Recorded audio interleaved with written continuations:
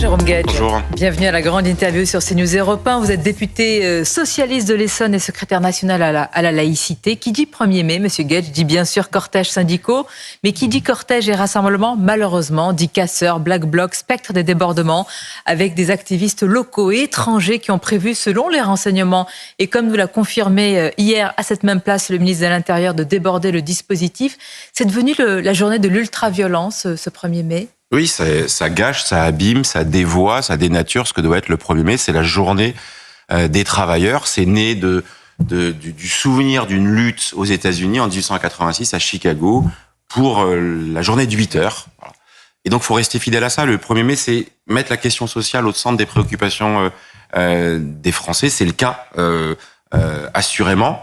Et donc, tout cela, tous ces crétins décérébrés qui utilisent cette journée-là pour promouvoir la violence, c'est-à-dire le déni de ce que doit être la politique, la dispute apaisée, le déni de ce que doit être le dialogue social, la fabrication du compromis avec un rapport de force dans l'entreprise entre les employeurs et les salariés.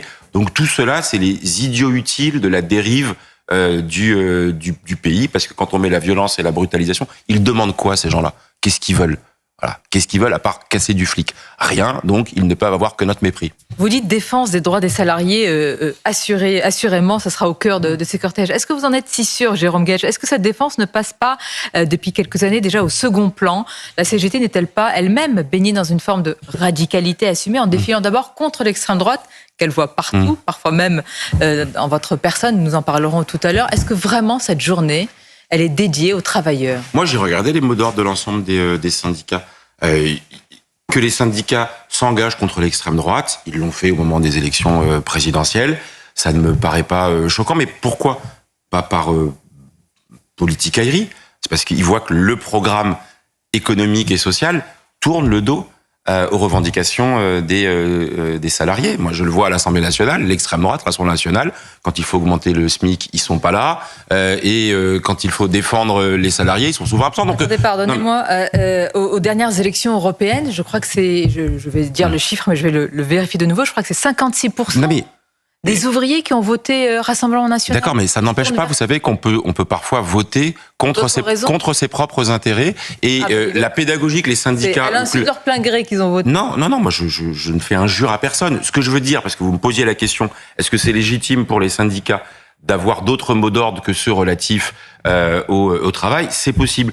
Que ce soit sur cette question-là, sur la paix, ça me choque pas que des gens, alors que le monde est en guerre à plusieurs endroits, portent la revendication de la paix, mais quand même, il y a cette centralité des sujets. Désindustrialisation. Il y a des manifestations partout en France, plus de 250 endroits. Je pense notamment au grand rassemblement à Dunkerque, bien sûr. parce que ArcelorMittal, c'est le symbole, mais tonitruant de la brutalité de cette désindustrialisation pour une entreprise qui gagne de l'argent, qui a bénéficié d'aides publiques, qui les a engrangés parfois pour verser, et en l'espèce pour verser des dividendes à ses actionnaires, qui n'a pas investi dans la transition écologique, dans la décarbonation, et qui va mettre sur le carreau, c'est plus de 600 salariés, dont 290 sur le site de Dunkerque. Donc ça, c'est légitime en ce 1er mai, partout que se mobilisent. Une partie de ces salariés ne se tournent-elles plus vers la gauche? Posez-vous la question, pourquoi? Mais vous avez parfaitement raison, parce qu'il faut avoir ce discours et cette pratique à la fois audible et efficace. Je prends l'exemple que je viens de mentionner, qui est un débat qui a traversé la gauche, qui est jusqu'à quel point on peut aider les entreprises au nom de l'efficacité, de la recherche, de la baisse du chômage, de la compétitivité. Et de la création de la richesse. Ça s'appelle la politique de l'offre. Moi, je suis pas opposé par principe à cette politique de l'offre, mais quand elle est sans limite, sans borne, et qu'on se retrouve aujourd'hui avec des exonérations de cotisations sociales, des aides aux entreprises, sans contrepartie, voilà, sans pouvoir vérifier, enfin, je veux dire, dans n'importe quel système, quand on donne une aide, on s'assure qu'elle atteint l'objectif. On a doublé les aides aux entreprises, les exonérations de cotisations dans les 10 dernières années. Et donc, pour répondre à votre question, une gauche qui assume efficacité économique mais justice sociale en disant par exemple là il faut mettre des contreparties et les vérifier, c'est pour moi le bon chemin. Donc si j'ai bien compris, la gauche qui est pour le partage et la diminution du temps de travail, la gauche qui dit un droit à la paresse même en ce jour de la fête du travail, c'est pas votre gauche? Alors sur le premier point, le mouvement historique de baisse du temps de travail, je vous ai dit, le 1er mai il est né de la revendication des travailleurs en 1886, des travailleurs américains pour la journée de 8 heures.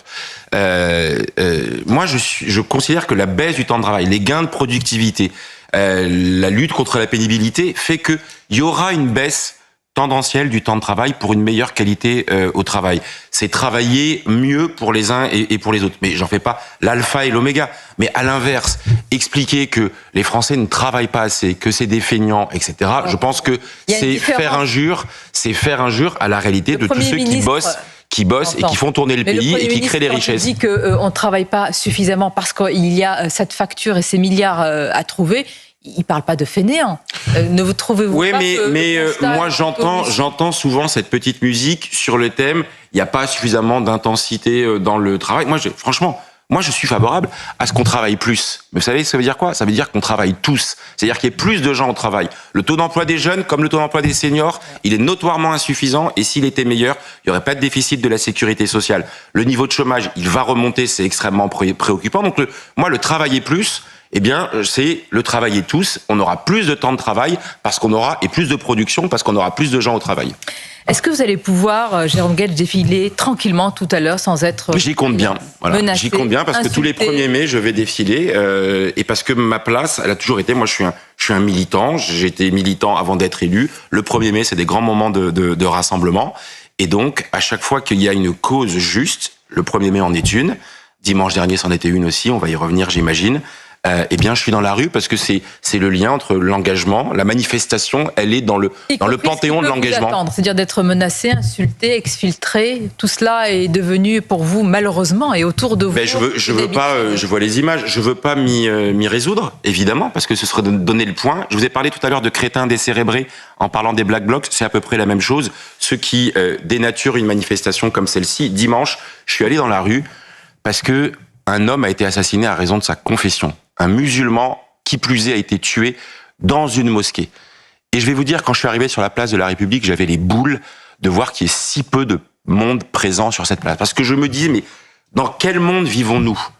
Dans cette République qui doit protéger tous ses enfants, quelle que soit leur confession, quand un juif se fait tuer à l'hypercachère ou à l'école Azor-Torah, quand un chrétien se fait massacrer à l'église Saint-Étienne-du-Rouvray ou à Nice, ou un musulman dans une mosquée, je dirais, un sursaut devrait se déclencher dans le pays à chaque fois. Qu'est-ce que je constate? C'est pas toujours le cas. Qu'est-ce que vous avez entendu? Ce n'est pas le cas. Qu'est-ce que vous avez précisément entendu? Qu'est-ce qu'on vous a dit lors de cette manifestation? C'est extrêmement secondaire, mais ça dit une chose, c'est qu'il n'y a plus, ce que je viens d'évoquer là, il n'y a plus ce combat antiraciste unitaire. Il n'y a plus cet universalisme qui devrait nous obliger, nous contraindre, ou même mieux, nous permettre de faire front. Et donc, quand je suis là-bas, et quand ils me voient, ils voient qu'ils aiment pas les socialistes pour des gens d'extrême gauche.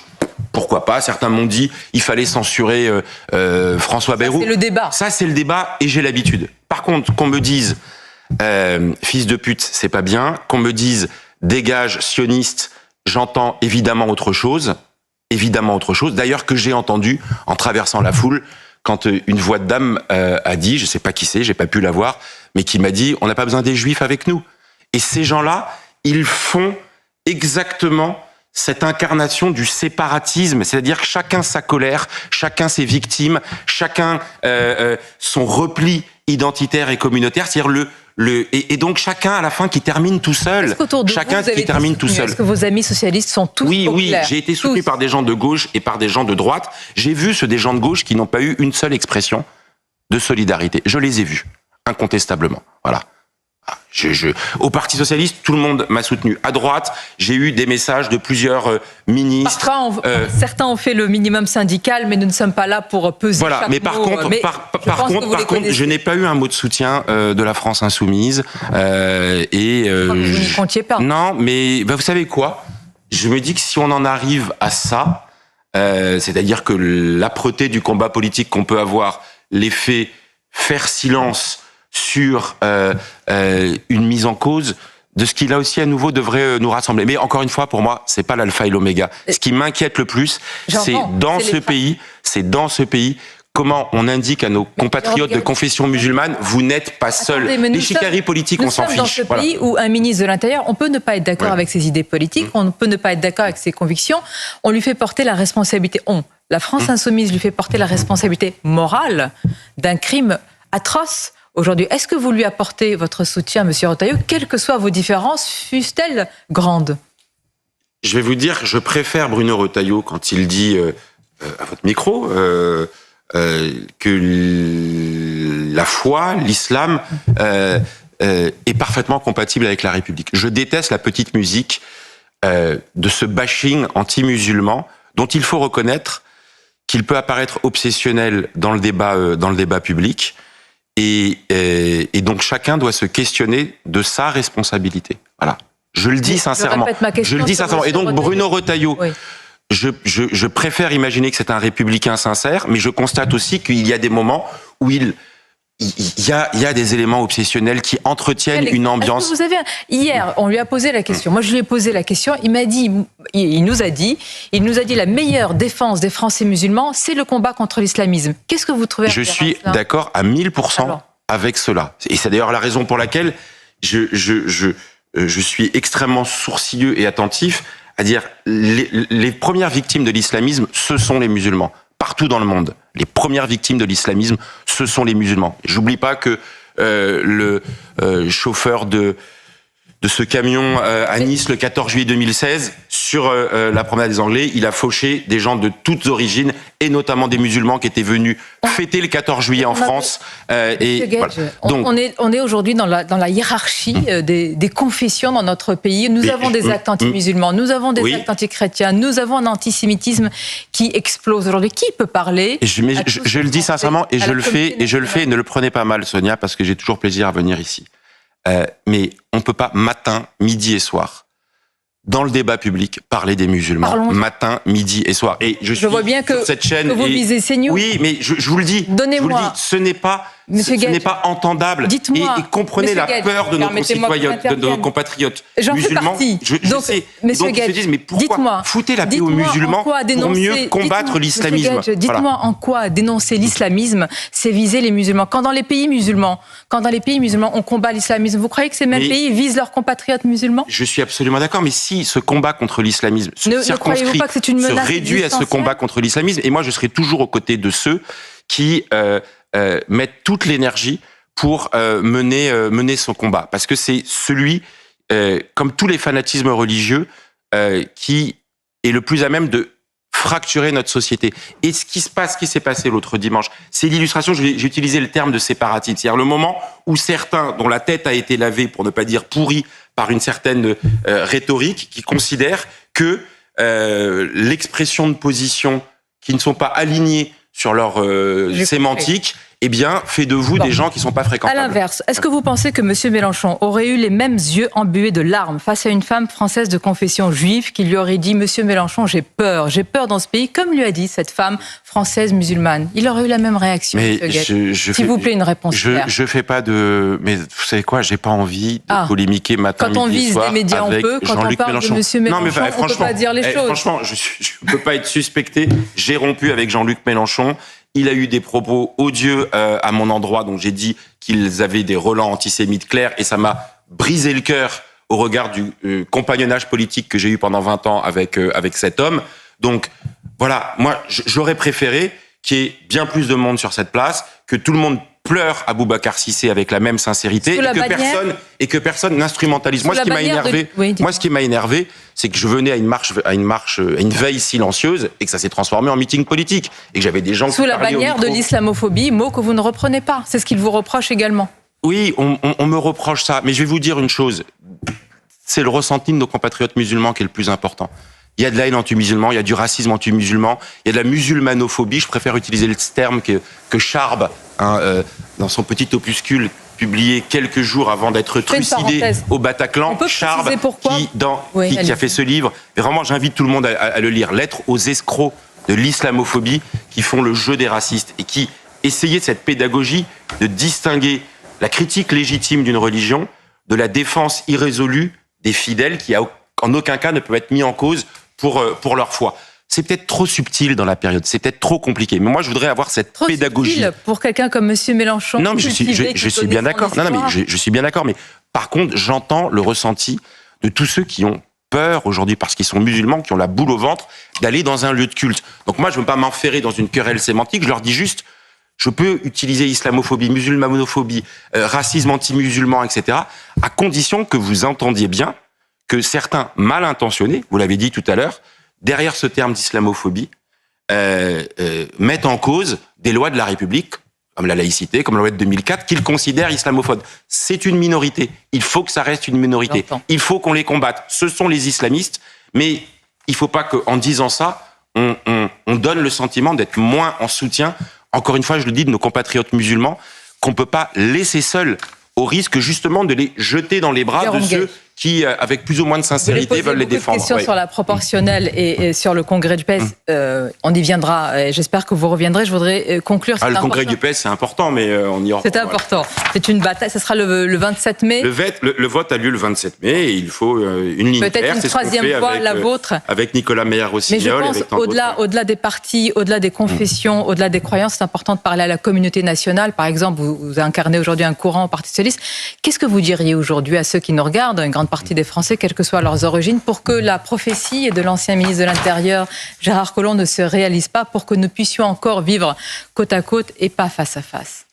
Eh bien, précisément ce que je vous ai dit tout à l'heure. C'est-à-dire renouer avec l'empathie, avec l'universalisme républicain, avec le fait qu'il n'y a qu'une communauté nationale. Et avec la lucidité de dire les choses. Et avec la lucidité de dire que tous ceux qui veulent fracturer cette communauté, voire organiser le séparatisme, sont des adversaires de la République. Et moi, de manière irrésolue, c'est pour ça que comme secrétaire national à la laïcité, je rappelle matin, midi et soir, et j'ai souvent l'occasion sur ce plateau de le dire, c'est une loi qui protège celui qui veut croire comme celui qui ne veut pas croire, et que y mettre des coups de butoir. Il y en a à droite ou à l'extrême droite qui instrumentalisent la laïcité pour stigmatiser uniquement les concitoyens musulmans, et il y en a d'autres à gauche ou à l'extrême gauche, qui la dévoient, qui la relativisent, qui la contextualisent, et qui trouvent qu'elle est justement une atteinte à la foi. Quand j'entends des gens à gauche dire que la laïcité, la loi de 1905 ou la loi de 2004 sur l'interdiction du port des signes religieux à l'école, ce sont des lois islamophobes, je dis justement, alors attention,